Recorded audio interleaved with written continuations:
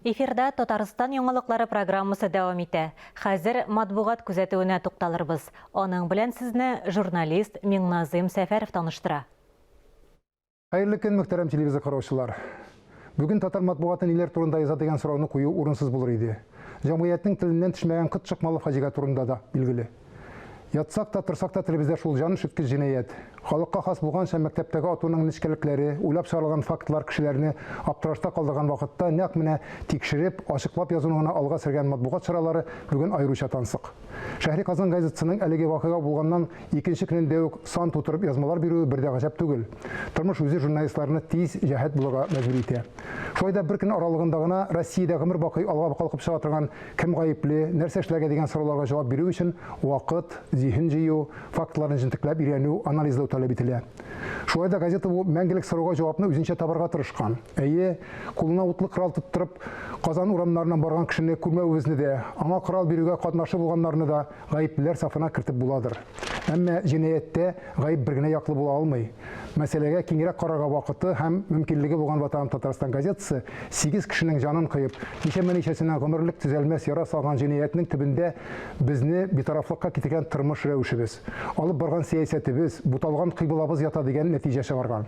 Бу урында язучы һәм шагыйрь Марат Кабировның Корбаннар исемле язмасын нандырызы китерәм.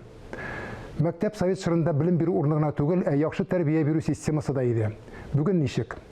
Мәктәптә генә түгел, хәтта өйдә дә тиешле тәрбия алмый хәзерге балаларның күбесе. Әти-әниләре эшкә чумган, башкача булмый да. Нәрсә генә эшләсәң дә акча кирәк. Ипотека, квартплата, кредитлар, кием салым, ризык, хәтта ниндидер белешмә алу өчен дә кемнеңдер бер кул тамгасы салган кәгазь өчен фәлән меңне чыгарып салырга кирәк. Хезмәт хакы ташка үлчим. Шуңа чабарга мәҗбүр ата-ана. Балам кием хур булмасын дип тырыша инде ул. Яхшы кием киеп йөрсен, затлы телефон тотсын. Булар да мөһим. Хәзерге мөлкәт кыллары дөньясында шунсыз булмый. Әгәр балаң начар киенгән икән, аны кимсетәчәкләр. Телефоны иске икән, түбәнсетәчәкләр. Кесәсендә көндәлек акча сыйгу икән, читкә тибәчәкләр. Шуларны булдырырга тырышып чапкан ата-ананың тәрбиягә вакыты калмый. Һәм сабыйлар әти-әниләре йортында ата-ана назы күрмичә ятим үсә.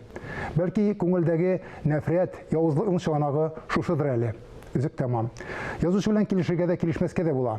Әмма ничек кенә булмасын, бу фаҗига безнең тормышка карашыбызны кискен үзгәртергә тиеш.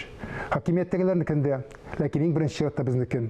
Без янәшәбездә потенциаль җинаятьчеләр барлыгын белеп яшәргә һәм тиз генә чарасын күрергә өйрәнергә тиеш ди белгечләр. Моннан бер кая да китеп булмый. Бу хәлгә тормас өчен һәр кайсыбыз үзенең кулыннан килгәннең барысын да эшләргә, тормышка икенчерәк күзлектән карарга өйрәнергә тиеш дигән теләктә бүгенгә сезнең белән саубуллашам. Исәнлектә күрешик.